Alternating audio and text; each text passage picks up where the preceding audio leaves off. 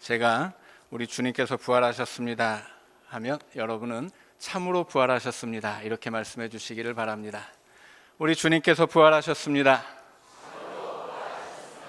아멘. 이것이 교회 전통에서 부활절에 나누는 인사입니다. 이 부활주일 우리 주님께서 주시는 그 부활의 생명을 힘입고 하늘의 생기를 가지고서 이 세상을 살며 우리 앞에 다가오는 삶의 여러 가지 문제도 넉넉하게 이겨내고 또 주님이 우리를 이끌어 가시는 그 영원한 하나님 나라를 향해서 힘있게 걸어갈 수 있는 연동의 가족들 되시기를 주님의 이름으로 축복합니다. 자, 오늘 우리가 함께 읽은 고린도 전서는 고린도 교회에 있었던 문제를 해결하기 위해서 사도 바울이 썼던 편지입니다. 사도 바울은 신앙적으로 혼란을 겪고 있었던 그 고린도의 교회를 위해서 복음이 무엇인지를 다시 한번 알려주고 있습니다. 복음이라는 것은 쉽게 말하면 예수 그리스도의 소식입니다. 예수 그리스도의 이야기가 우리에게 복음, 복된 이야기가 되는 이유는 그 예수 그리스도의 소식이 우리를 구원하기 때문입니다. 그 복음의 내용은 두 가지로 정리할 수 있습니다. 첫째는 예수님의 죽음이고 둘째는 예수님의 부활입니다. 오늘 본문에서 사도 바울은 예수님이 우리 죄를 위하여 죽었다 그렇게 말하고 있습니다. 정확하게 설명한다면 우리를 대신해서 십자가에 죽으신 것입니다. 예수님이 우리를 대신해서 십자가에 죽었기 때문에 우리는 예수님을 대신해서 사는 것이고, 하나님의 아들이 우리를 대신해서 죄인이 되셨기 때문에 우리는 그 하나님의 아들을 대신해 하나님의 자녀가 되어 이 땅을 살아가는 것입니다. 그래서 예수님의 죽음은 우리의 구원입니다. 그러나 예수님의 이야기는 죽음으로 끝나지 않습니다. 예수님은 십자가에 죽고 장례까지 다 치렀지만 사흘 만에 다시 살아나신 것입니다.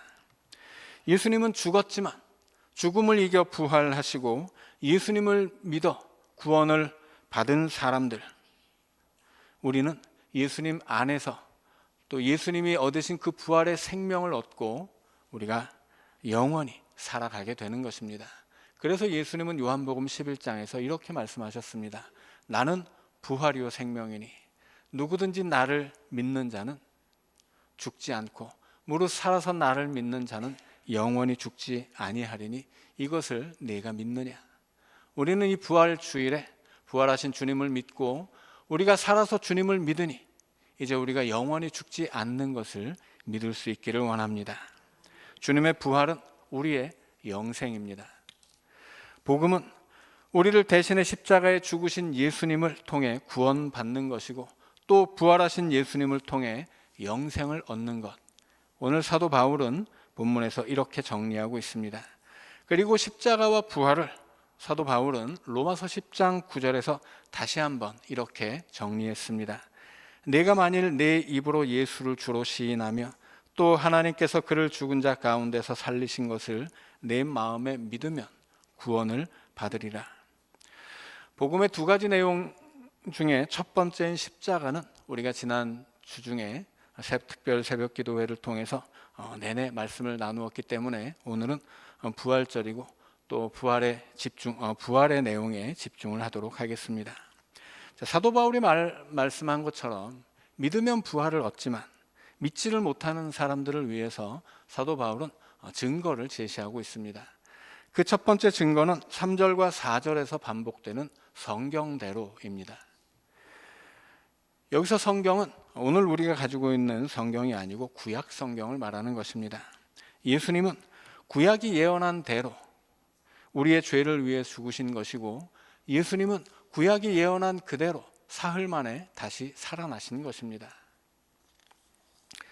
누가복음을 보면 예수님도 부활하신 다음에 엠마오로 가는 제자들을 만나셨습니다.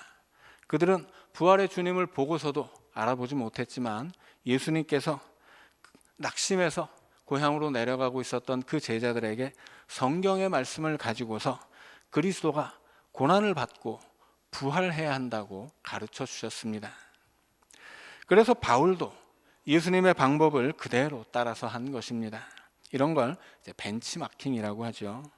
그런데 같은 방법을 사용해도 같은 결과가 나오지는 않았습니다. 예수님은 죽었다가 부활하신 당사자이기 때문에 예수님이 성경의 말씀을 가지고서 이렇게 성경이 이야기한 것처럼 내가 죽었다가 부활한 것이다 말씀하시면 믿지 않을 도리가 없었습니다. 그러나 사도 바울은 성경을 보여주고 설명해 주어도 예수님이 말씀하실 때처럼 그렇게 믿어주는 사람은 별로 없었다는 것입니다. 당연한 일입니다. 사도 바울이 이야기하는 것은 그저 성경의 이야기일 뿐이기 때문입니다. 그래서 사도 바울은 가장 중요한 증거로서 성경을 내어놓지만, 그러나 그 성경을 믿지 못하는 사람들이 있기 때문에 이제 부활하신 예수님을 보았던 증인들을 소환하고 있습니다. 자, 그 첫 번째는 게바입니다. 게바는 곧 베드로입니다. 예수님의 수제자이고 예루살렘 교회 수장이자 로마까지 가서 복음을 전파하다가 요한복음의 기록에 의하면 예수님처럼 십자가에 매달려 죽었던 사도가 바로 베드로입니다. 그는 예수님이 잡히실 때 자기도 죽게 될까 봐 너무나 두려운 나머지 예수님을 3번이나 부인하고 부인할 뿐 아니라 저주하면서 도망갔던 사람이었습니다. 그런데 어떻게 이제는 예수님을 전파하기 위해서 죽음까지 불사하게 되었겠습니까? 그것은 그가 부활하신 예수님을 만났기 때문입니다. 그래서 사도 바울은 부활의 증인으로 베드로를 가장 먼저 언급합니다. 그러나 세상 사람들은 한 사람의 증인으로는 좀 부족합니다. 한 사람의 증인이라면 그가 거짓말을 할 수도 있고 또 무언가 잘못 본 것을 가지고 착각해서 이야기하는 것일 수도 있기 때문입니다. 그래서 바울은 베드로 한 사람을 이야기한 다음에는 12제자를 이야기합니다. 12제자들도 부활하신 예수님을 보았으니 예수님이 부활하신 것이 사실이다 라는 뜻입니다. 그러나 12명도 크게 다르지는 않습니다. 12명 정도 되는 숫자라면 그들이 예수님의 제자이니 자기들끼리 모여서 입을 맞추고 사건을 조작할 수도 있다라고 하는 것입니다. 그래서 바울은 이제 12명 이후에는 500명의 증인을 소환합니다.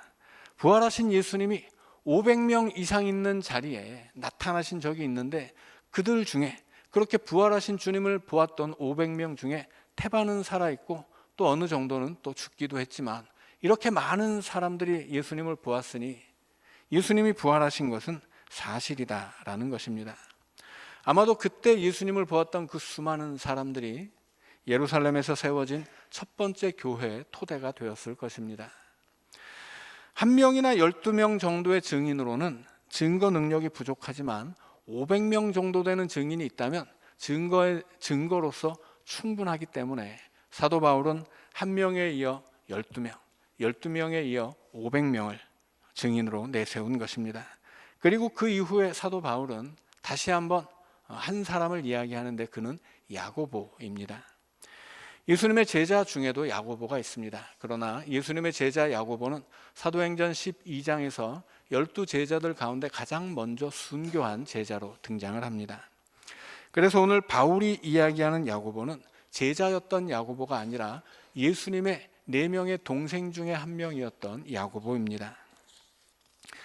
그러나 마가복음 3장에서 예수님의 동생이었던 야고보는 큰형님 예수가 미쳤다고 생각을 했기 때문에 가족들과 함께 예수님을 잡으러 다니던 사람이었습니다. 그래서 요한복음 7장 5절은 예수님의 형제들조차 예수를 믿지 않았다고 기록하고 있습니다. 그런데 사도행전 1장 14절로 오면 예수님의 말씀을 따라서 예루살렘을 떠나지 않고 성령을 기다리던 120문도 중에 이 야고보가 있었습니다. 그 후 야고보는 베드로의 뒤를 이어서 예루살렘 교회를 이끌어가는 지도자가 되었습니다. 그리고 갈라디아서 2장 9절을 보면 사도 바울은 야고보를 향해서 기둥같이 여기는 야고보라고 기록합니다. 야고보는 초대교회를 떠받치던 기둥 같은 사람이었다고 사도 바울에게 인정을 받았다는 것입니다. 어떻게 이런 일이 가능했겠습니까? 자기 형이 그냥 미친 사람이었다고 생각을 했었는데 어떻게 그 형님에 관한 복음을 전파하는 일에 일평생을 바치고 끝내는 순교하는 사람이 될 수 있었겠느냐 하는 것입니다. 오늘 본문 7절은 이렇게 말씀합니다. 그 후에 야고보에게 보이셨으며, 십자가에 죽었기 때문에 장례를 치러 주었던 형님이 부활한 다음 동생 야고보에게 찾아와 그 부활한 모습을 보여주신 것입니다. 그래서 야고보는 바뀔 수밖에 없었습니다. 사도 바울은 저렇게 변화된 야고보, 그 야고보의 변화된 모습과 인생이야말로 우리가 부인할 수 없는 부활의 증거라고 이야기하는 것입니다. 그리고 마지막 증인으로 바울은 자기 자신을 내세우고 있습니다. 사도 바울은 내가 만삭되지 못하여 난 자라고 말합니다. 옛날과는 다르게 요즘의 칠삭둥이는 아무 문제가 없습니다. 의학이 발전해서 칠삭둥이 아니라 그 전에 태어나도 병원에서 잘 성장시켜주고 아무 문제 없이 태어나는데, 사도 바울의 시대 칠삭둥이는 태어나면 어느 정도 육체적인 장애를 가지는 것이 일반적인 일이었습니다. 그러나 이것은 사도 바울이 칠삭둥이로 태어났다는 뜻이 아니고, 내가 마치 칠삭둥이처럼 온전하지 못한 사람이 되어서 감히 예수님을 비방하고 교회를 박해했었다라고 하는 이야기입니다.